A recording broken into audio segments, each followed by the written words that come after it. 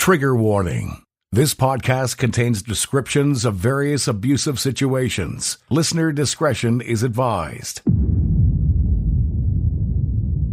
We're following breaking news right now in Orange County, where Orlando police have confirmed there's been a shooting in downtown Orlando at the Pulse nightclub. After the massacre, Roger Jimenez argued that Orlando is safer because gay people were killed.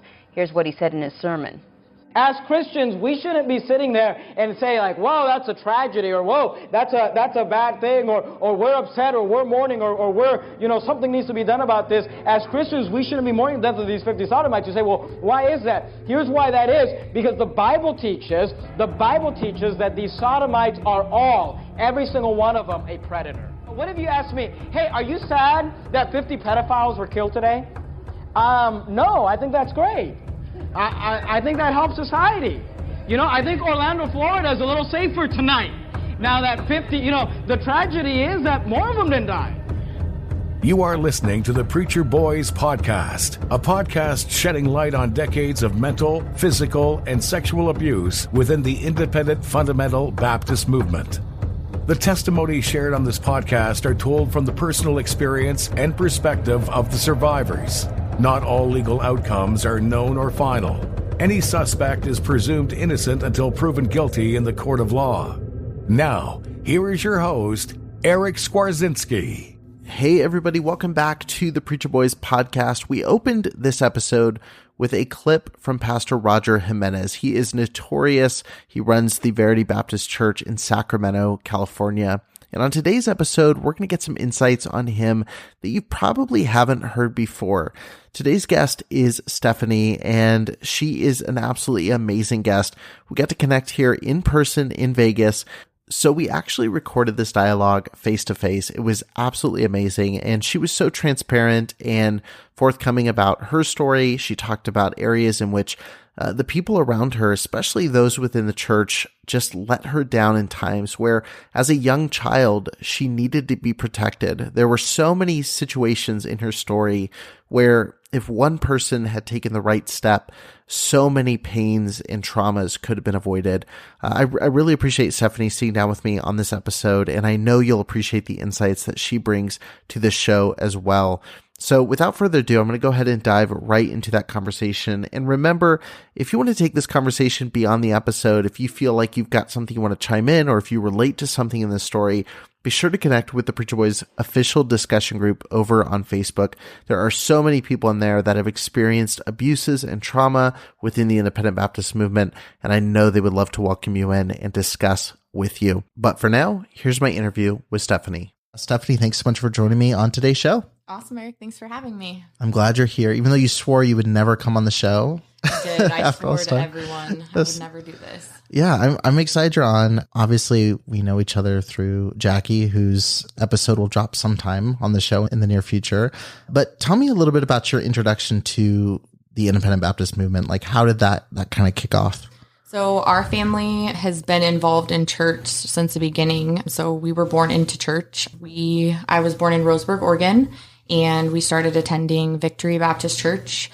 It was under Pastor, I think his name was Witt, and then eventually Pastor Cavanis took over, and that's who we were under when we were going to church. There was Pastor Cavanis. Yeah, I'm always interested because I think a lot of people, when they listen to interviews on the show who are against the show, or people who are looking to poke holes, tend to think that people that come on like hated church when they were younger and they've been looking for a reason to talk about it. So I'm always curious, what was your early experiences in the church? Were they positive memories, negative? What were those first years? Mine's the opposite. That's one reason I didn't want to come on, because I was really nervous about portraying that it was always negative, because it wasn't. Yeah. My earliest memories were great. It was family. We were at the church 3 times a week at least at minimum, and then there was the potlucks, and it was very family oriented, and I feel like it was a very good experience. You always feel like there's better on the other side, so I always felt like maybe we were missing out, but when it came down to it, there was our little family, and we would go on in church groups and outings, and it was really fun. I really did enjoy my time in the church. Was this your family's, like, were they all new to church, or was this something like you were a couple generations in? No, so my mom grew up Southern Baptist, and my dad was Catholic. So he was actually like an altar boy.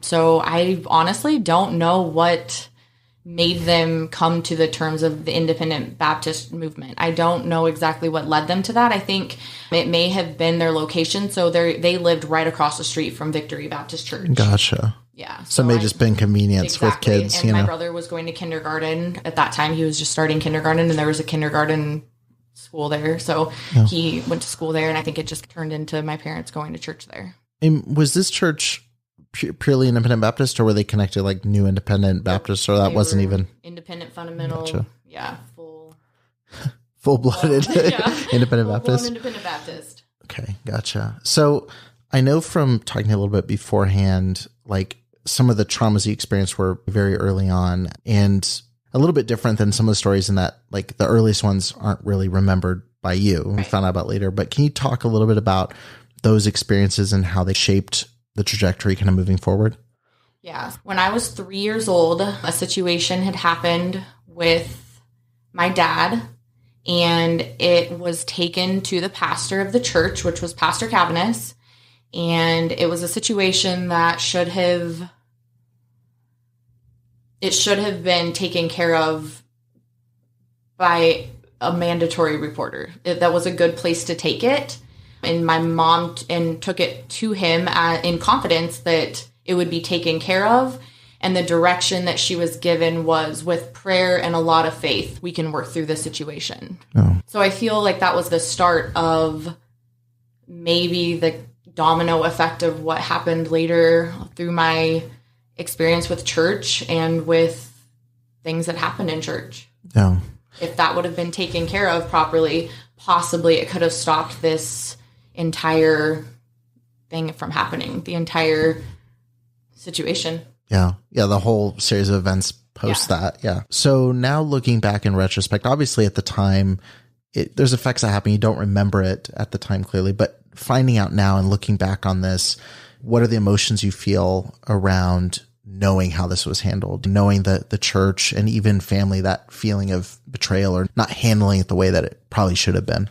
Disappointed and like bad for myself, honestly. Like, I feel bad because I couldn't imagine being in a leadership position and knowing something like that and not taking every effort to protect that person, much less a child who didn't even have a voice at that time.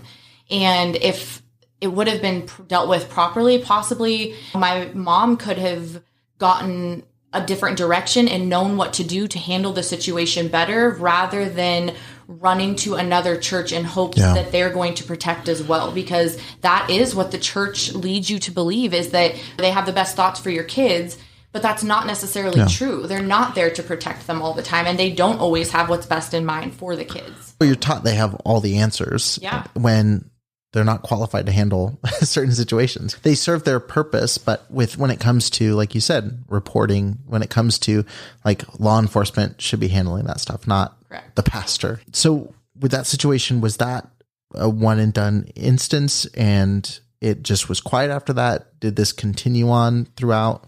No, it was the one and done situation. And then shortly after that, we moved to Sacramento in 1996. So I was about 6 years old when we moved there. The church was super small at the time. We were one of the starting families. I think there's probably 20 people in the whole church. We were renting out a building in a strip mall. Yeah. And my dad helped Pastor Nichols, and they found a church building, and they bought the church building, Pastor did, and that's where Regency was founded. I think it was probably 1997 or 98 when they finally moved into the building, their final building. So now we're at the point where you're building those initial memories. Do you remember the transition from going from Victory to Regency? Was there a noticeable shift, or was it more of the same in a different spot? So it definitely was a little bit more memorable because I think there was 10 of us all together that were all super close in age. That kind of does play key in the story because there was 10 kids that in the entire school church and that grew up together from 1996 to 2001. 1997 maybe, there was only 12 kids in the entire school, or kindergarten to high school. Wow. And most of the 10 of us were young. And so we all grew up together. We were best friends. So it wasn't just church. It was my friends too. But it was fun because we did Awana and we did all the fun stuff that you get to do with your friends. But it was also learning about God. So that's what made it so fun too. Yeah. And I thought my school was small because we had 160 from K-5 to 12th. But yeah, I resonate with that too, as I grew up with 4 or 5 of the same kids that went through kindergarten, through most of high school, and then it would shift in and out a little bit with different people. But that's one of the things where I always say, like, I have to give the positive memories credit to, is like, there's all those relationships, and growing up in the weird small bubble, there's benefits like that where you build those close relationships. For sure. So those were all pretty positive memories. Now, obviously looking back, and I always, with these conversations, it obviously wasn't sunshine and roses throughout the entire experience. Was there a certain point that you look back and say, okay, that was the first red flag of this church I should have noticed? Or maybe that's not a good responsibility to put on you as a kid, but the first red flag that you wish you would have noticed at that time. Like in 1996, like when we moved there, or? Yeah. As you were growing up in that church, like, it was positive. Was there a point in which it stopped being positive? Yeah, I think actually when I really started to express who I was, probably 10, 11. I remember we would always go to Six Flags every year for our end of the year field trip. And Pastor Nichols, who was the pastor since we grew up with him, he was almost like an uncle. I just really all but worshiped him. He was preacher. And so I loved him. And I remember we went to Six Flags and I won one of those stretchy ankle bracelets, and I wore it, and he called me over, and it was in front of his 2 sons, who I, of course, was like, had the biggest crush on, and never wanted them to think bad of me. And he called me over and he said, why do you have that on your ankle? And I said, oh, I just won it. And he goes, that's the attire of a harlot. Take it off.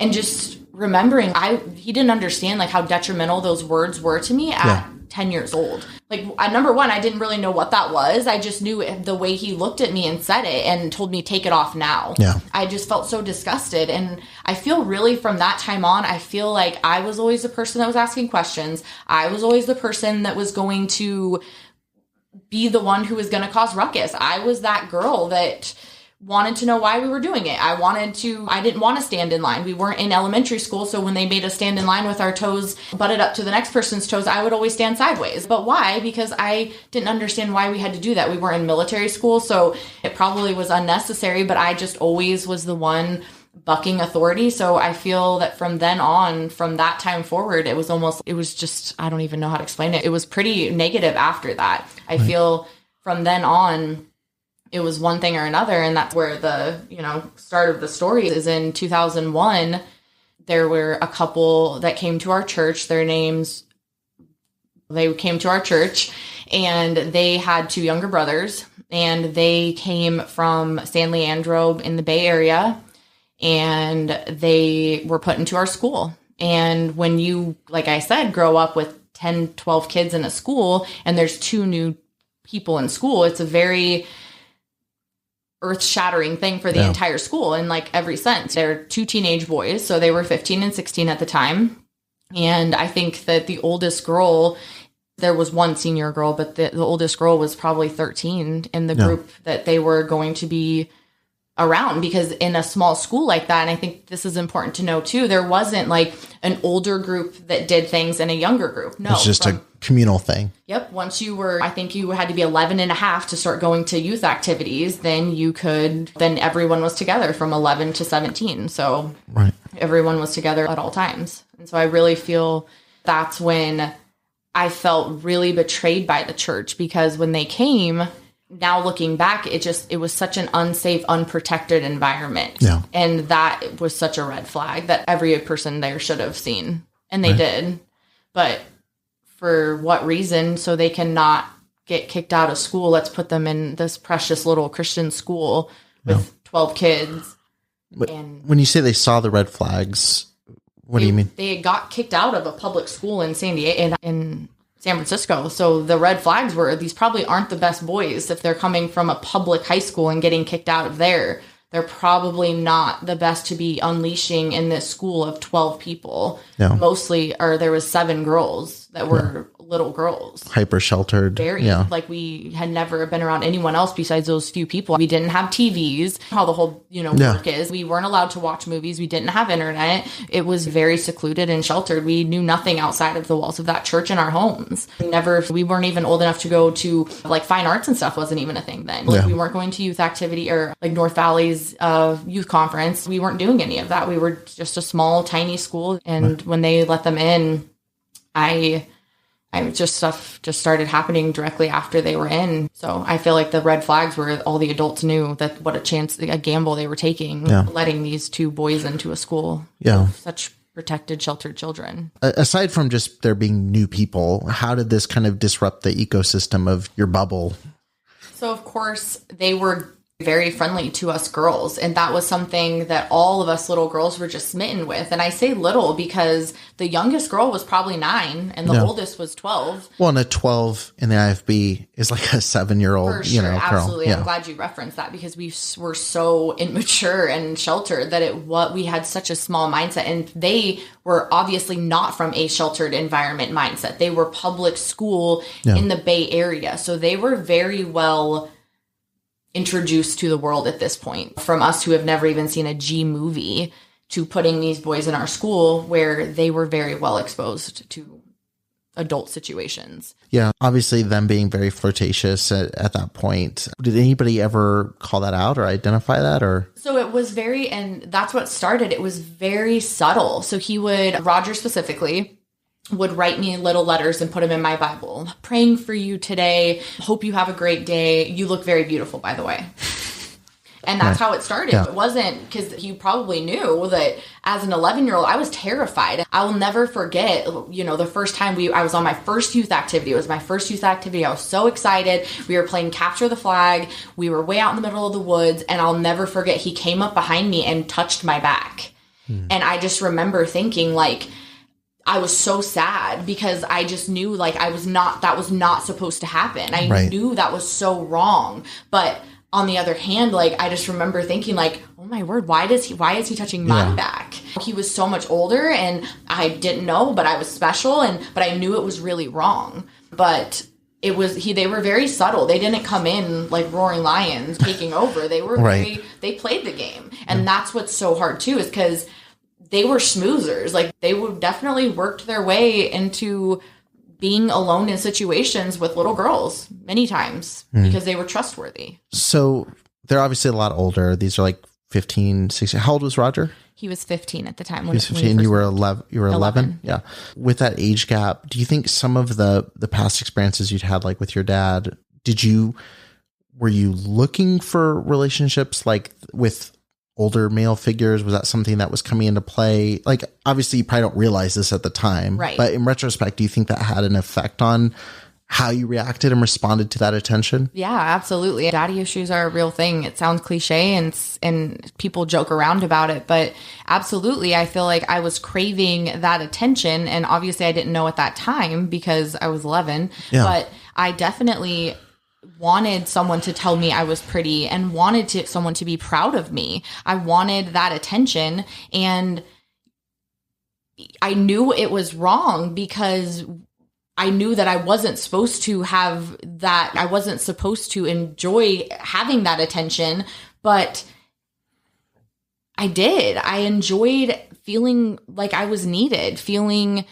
like I wasn't always doing something wrong. Right. It was positive attention rather than the negative attention that I was always fighting for, which in my little mind, I didn't know why I was being rebellious, why I was acting out, because I was just trying to be 11 years old. But there was so many big girl things going on in my head that I didn't understand, which is where the church could come in and really help realize that there's something wrong with this little girl. She's screaming for attention. Why is she always in trouble? Why? She's been in the same group. Okay, now we see that there is these 2 new boys and we're seeing that they're honing in on these certain 3 girls. Why? And Roger was really close to my brother. And I think that was such a big thing too, because when they came in, it was also a big deal for my brother because he was so excited to have a friend, and they honed in on that hardcore. They would want to come over. They would make it all in the name of my brother. But in reality, it was really just a way to come over and be a grooming, for lack of better. It was a way for them to come over and groom, because for the first 3 to 5 months, or I should say about 3 months, that's what it was. It was purely grooming, and just, these rules are silly and they say these things. It's because you're older, and that's not what it means, but you're getting older and the church is just protecting you, because Roger was specifically, he was trying to get me to not feel so guilty, because I really did. I always, every altar, at this point, nothing had happened. We were just talking, but the letters, I knew I shouldn't be writing a man letters, and I shouldn't enjoy this, but I did. And they did eventually find a couple of the notes, and it was brought to the church's attention, and they knew that he was preying on these little girls.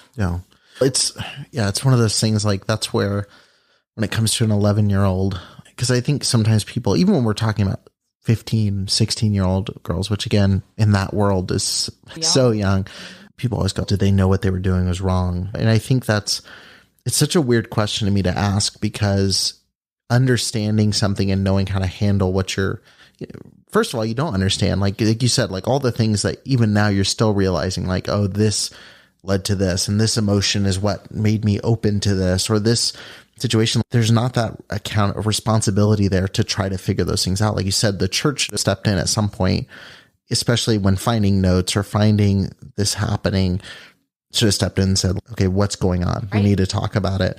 When the stuff was found, when these notes are found, what was the response of the church? Was it just, oh, you're in trouble? Yeah, it was always a meeting. So it was, and this is also bizarre to me, and it just goes to show you how much in control the church was of these situations, because we would always go in. It would be me. His parents spoke Spanish, so they had to have a translator, which was his sister and her husband, which I didn't, which was unnecessary. The youth pastor, the pastor's wife, his parents, and my parents in a big group every time. So that's how, and it was, why were you writing notes? You, like, pretty much just the same thing every time. It's not right to be doing this.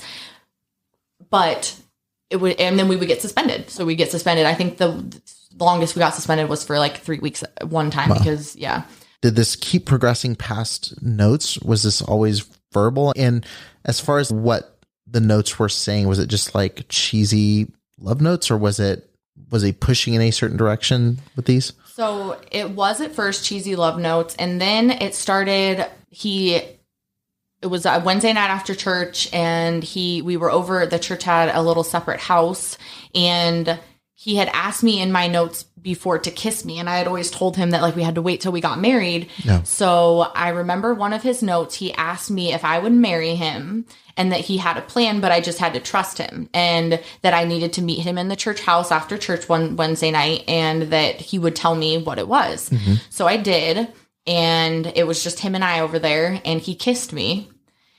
And I just remember I was so sick, and I was so scared. I thought I was pregnant.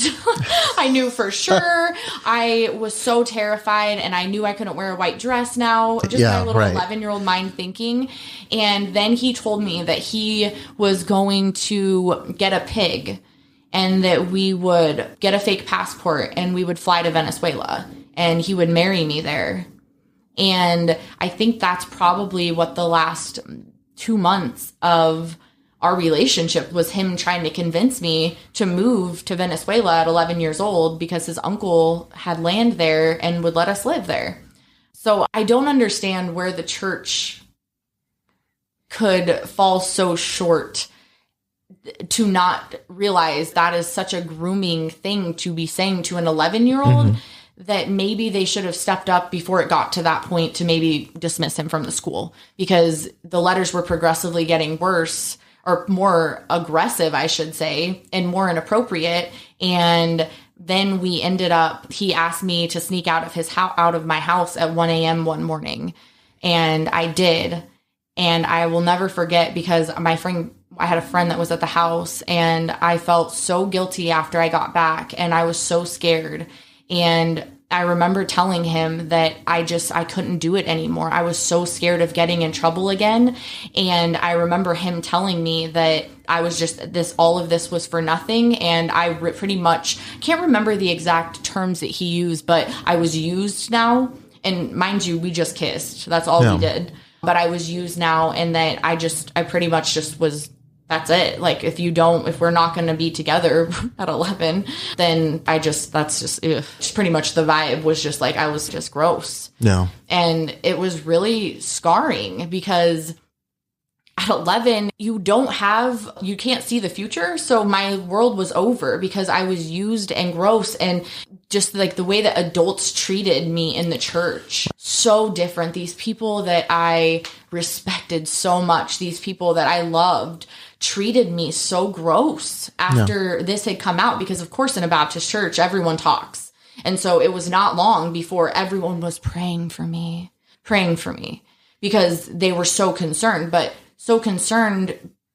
to the fact that whenever that was over, a month later, 3 months later, he's the lead of the bus ministry. Yeah. They were so concerned. Why do you think there was so much, and this happens, and I ask about this all the time, why do you think the penalties for you were so strict? The stigma around what you were doing was so strict, but for him, and it typically is this breakdown, for her, it's strict stigma, you're this and this, and for him, you're getting promoted. Yeah. Why do you think that happens? I'll tell you why. The pastor told me at 11 years old, he stood up in my dad's face, a youth pastor, and he stood up in my dad's face and said, "Mr. Gooden, if your daughter wasn't dressing so provocatively, she wouldn't be tempting the men." Yeah. And I feel like I shouldn't even have to preface this, because I have an 11-year-old daughter, and there should be absolutely nothing. That's not an 11-year-old's responsibility in any way, shape, or form at all. But when we grew up in the kind of church that we grew up in, and we had to wear skirts that were mid-calf, and our shirts couldn't come lower than our collarbone, and our shirts had to flap in the wind, that's a pretty absurd statement to say to an 11-year-old, but much less when you grow up in the Baptist church. So I'd absolutely know why. It's always because we were tempting. Yeah. It falls down on, I should have been more conscious of how I was acting around the men. Yeah. Which... I'm curious. I don't think we've ever talked about it in this way. I've definitely talked about like purity culture. I think sexualizes women from early age, girls 100%. From an early age. Do you think that there's a correlation between the way that women are talked about and the actions that men in the church take? I don't want to take away any of the responsibility on the men's side for what they're doing, because people grow up in the movement and don't do this stuff. For sure. So right. I don't want to give an easy out and say, oh, you were taught this. When you have a youth pastor saying your 11-year-old's dressing provocatively, I think it says more about the youth pastor than it does about the 11-year-old girl. 100%. It's a bigger problem in the back of his mind, clearly, than it should have been in anyone else's. Did you feel sexualized by the church leadership in the conversations around this? Because it sounds like it's under the surface of a lot of these conversations and the way that it's being dealt with. For sure. I definitely feel that there was a lot of pressure on how we acted or how we dressed. I remember there was one time that Pastor Nichols told me that I was acting like a dog in heat when I was around Roger. Yeah. And I didn't know what that was, because they want us to, in the church, you were taught absolutely nothing about sex. It's not taught, but it's something that you're supposed to want right after marriage, but it's also something you're never supposed to think about until marriage. Right. So you have this distorted view of what you're supposed to be feeling, because these feelings happen regardless if you want to acknowledge them or not, they're still happening. Mm-hmm. And so instead of treating it in a responsible way with maybe talking to people personally and figuring out what these issues are, I don't know. How'd the situation with Roger come to a head? Because obviously you came to a spot where you're like, I can't do this anymore. This is terrifying. How did this have any resolution to it, or was it? Not really. No, so shortly after the Roger situation happened, then his brother ultimately did pretty much the same thing for about the next 8 months. Had a very with me. With you. Yeah, he had relationship, if you call it that. And he was 17 and I had just turned 12. So it was the next year after that. So I was 12, he was 17. And it was more, I feel like I didn't have to deal with it then with the Roger situation, because I felt like it was almost like now as an adult, like a breakup, and I was with his brother now. And so as like tainted and weird as that sounds, because I was so young, I feel like it just jumped from one to the other. But then Abraham and I got in trouble too. And right after that whole Abraham situation happened, my parents moved. And Abraham's Roger's brother. Abraham is Roger's brother. Yep. There was a situation with him in about 8 months. That lasted for about 8 months. And then when that happened, my parents moved from Sacramento to Salem. So you're in Salem for 2 years, and then you end up moving back to Sacramento. For a year. Okay. Yeah. And you're around 13, 14 at that time? When we moved back, I was 15. Okay, 15. Yep. So moving back, was that a weird experience going back? Because at that point, weird. They would have been 20... It was 2005. So, we moved back in 2005, the year my brother graduated from high school. And so Abraham and Roger would be like 22? Yeah. 22-ish? Yeah. What was the experience being back around them? It was so heavy. So Roger at that point, he was a pastor in Sacramento at that point. So it was just heavy and a lot. So he was already pastoring then. What is it the same church he's at now? I think so. Yeah. Okay. I think so. Cause I think his church started in 2000, either 5 or 6. Wow. So right during that time. And then his brother Abraham came back. He was in the Navy and he came back and tried to pull the same stuff, just tried to go back into the whole flirting routine. And I told him that I wasn't 11 anymore. And that was the first time that I defended myself and stuck up for myself because he was trying to be very controlling. He was definitely just trying to get me to fall right back into what it was. And I definitely wasn't. Where did that confidence to stand up for yourself at that point come from? Because you're still young and there's still a lot of pressure from someone that's 6 years older. Where did you find that? Or was it just exhaustion dealing with it? No, it was confident. It was a protection, honestly. I think that I was dating someone pretty seriously at the time, and I was really very protective, as silly as it sounds, of my purity at that point. Because whenever I would think of my first kiss, I hated to acknowledge that it was with Roger, because that's not a first kiss. I didn't want that. I was completely taken off guard. And so I really felt like I just wanted to protect myself. And I felt so disgusting, because that's the lingo that we are taught is you are a gross, dirty rag, right? If you sleep with someone before marriage, or if you mess around with someone before marriage, they don't, like I said earlier, we don't talk about sex, but it's such a horrible thing. So if you think about that you've done something like that, how would you not feel disgusting, whether it was wanted or not? Because you don't talk about rape, you don't talk about molestation, consent, power, any of that. Yeah. Because it's all just wrong. And so I felt so wrong, but I knew at this point that I had someone, go back to the daddy issues, I had someone to protect me that wasn't taking advantage like that, because I really did hold my purity very close to me at that point with my boyfriend. And so if I wasn't going to allow him to even have that relationship with me, there's no way on earth that I'm going to allow you, who has made me feel disgusting, have that control. And when he looked at me, he just looked at me like meh, whatever. Yeah. And I just remember thinking, you're such a pig. Yeah. I was such a little girl. And even at 15, I was still such a little girl. Yeah. It's just crazy, the dynamic there. And that you have to say, again, standing up for yourself, I'm not 11, but I'm 15 in dealing with this. So now, again, there's no real happy ending or closure to this. Now all you can do is look back and say, here's what happened. It's got to be very weird that Roger is now something of a celebrity in his bubble of the new IFB. When you think about it now, years later, and you're looking back at it, what are you feeling now? Is it something that you think about regularly? Is it something that affects you now? Is it something that you think about if someone brings it up? Where does this go in your day-to-day thinking?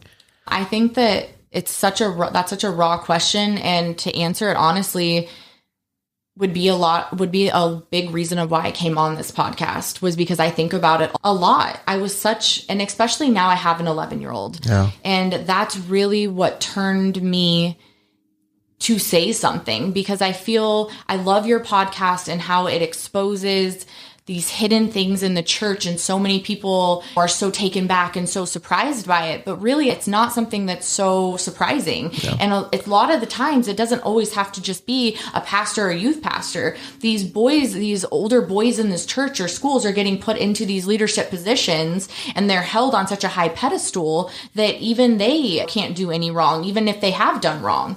So yeah, to answer your question, I think about it a lot. It tainted what I would have ever wanted my little child mind to think of a healthy relationship. Yeah. It tainted that.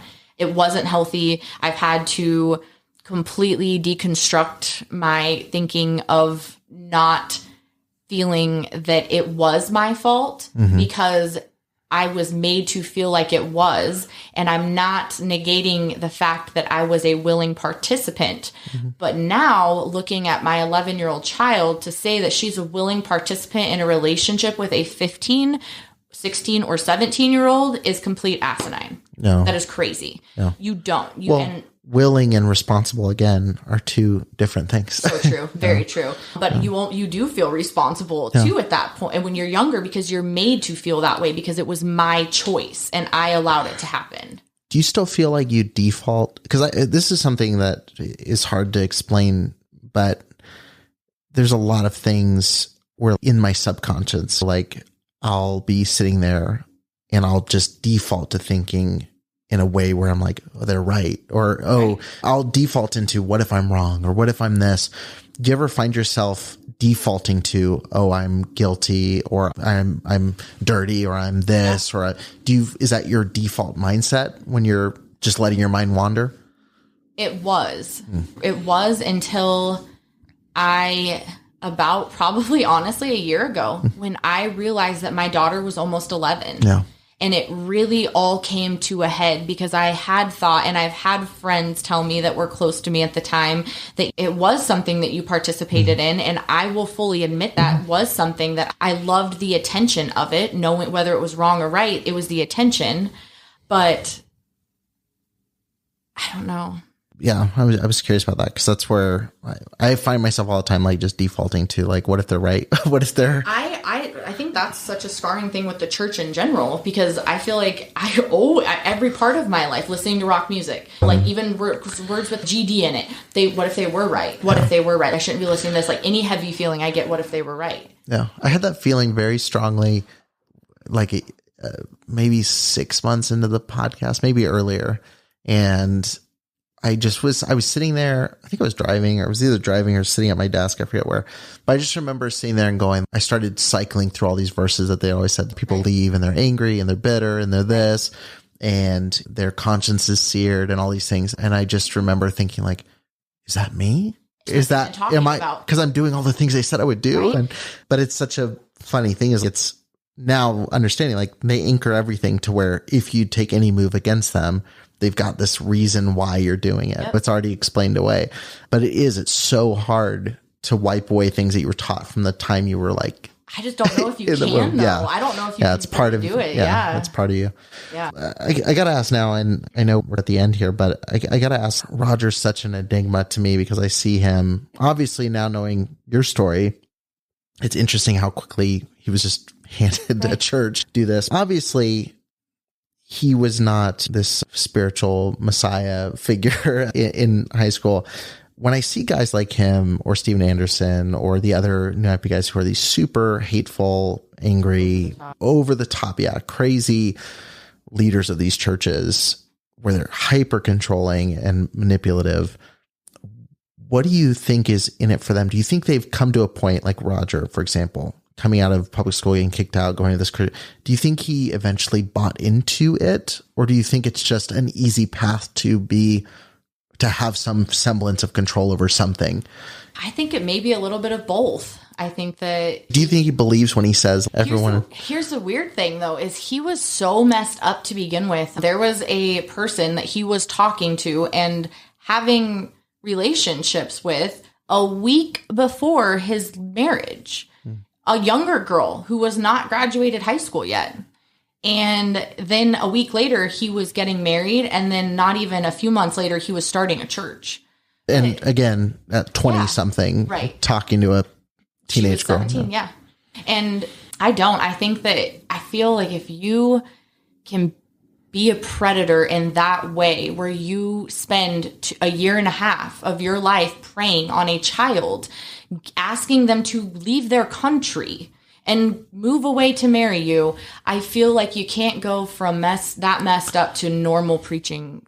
To preaching against pedophiles. Exactly. Yeah, against pedophiles. Yeah, and literally saying the most hurtful, disgusting things that you could ever imagine about those people, that every single person who affiliates with the LGBTQ community is a predator and that they are better off gone. Yeah. Literally verbatim in his interview. Yeah. That disgusts me. And that was a really big reason why I wanted to tell my story, was because you don't get to destroy. I shouldn't say that. I'm not going to give him that gratification. You don't get to shape someone's life so detrimentally and not be held accountable. It was a formative part of your development, for better, in this case, for worse. I always talk at the end. I like to ask two things. One, where would you say you're at now? Like we've talked a little bit about just the healing of just sharing. And obviously when you have kids of your own, it brings up stuff. I know for me, it brought up stuff that was hard to talk about beforehand, but you just feel like you have to at this point. Right.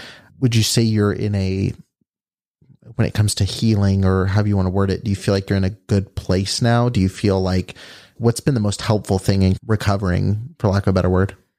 It's made me be more aware as a parent. Yeah. It's made me definitely question ever putting the trust of my child's safety in a church. Yeah. Because they don't always have the best outcome for your child. The other question I always ask is, do you think, because I think everybody has conflicting views on what to do with church after this. Yeah. When, the question I used to ask every episode, do you think there's hope for the church in how it deals with these situations? So stepping aside from all the questions that this kind of stuff raises about faith, or about, for an institution like the church, do you feel hopeful that there could be any kind of meaningful reformation of the church as an institution? Because we're seeing this in the Southern Baptist Convention, Independent Baptist, Catholic, and it seems like the one place that should be the safest isn't. Right. Do you have any hope with these conversations that something could change? Or do you think it's something that's just... That's so hard for me, because I feel like people say, well, it's not God that did it. It was man. It wasn't the church. And that's fair. But it's the people that are supposed to know him the most. Right, yeah, exactly. Right. But also, like, they'll say, if you were on a football team, there could be those kind of people on football teams. But it's not somewhere, and this is my biggest argument, it's not somewhere where you're putting your faith into something. Mm-hmm. They're in a leadership position to help you be a better person, to help direct you in what you should do in life situations. So when you take on that responsibility, I absolutely think you're different than a normal person who has the ability to impact or hurt a lot of people because you're in a position of leadership. You can destroy someone's spiritual well-being. That's the thing, is it's such a strange argument to me, because I get it all the time. Public schools and this and Hollywood. But the church, on the other hand, will say in the pulpit, we're not like Hollywood, or we're not like this. And we've got this radical transformation. And that's, for me, speaking to my own, I don't even like saying buzzwords, deconstruct or whatever. Right.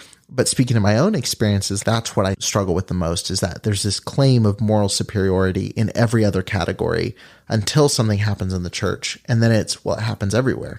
when everything else that's been preached is we're different, we're set apart from everybody else. So true. So for me, that's where I struggle to reconcile. Why are you just like Hollywood? Like, why is the pastor and Harvey Weinstein one and the same when one claims, at least Harvey Weinstein didn't claim spiritual authority. Yes, but that's a question I don't think we're 200 episodes in. I don't think we'll answer today, but it's hard. And that's why I like the question though, because I'm always curious what people think. Like if they're hopeful, if they're not, but yeah.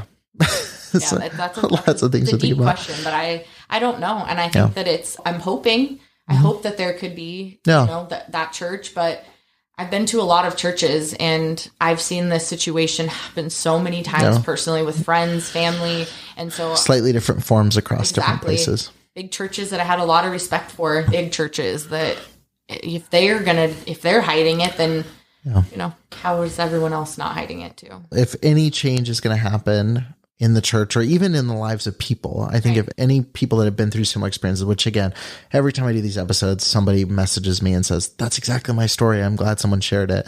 I think the only way that stuff's going to happen is by people doing what you're doing, which is sharing your story and being open about how it affected you, how teachings you were under affected you and experiences changed you for better or for worse. So thank you for sharing your story.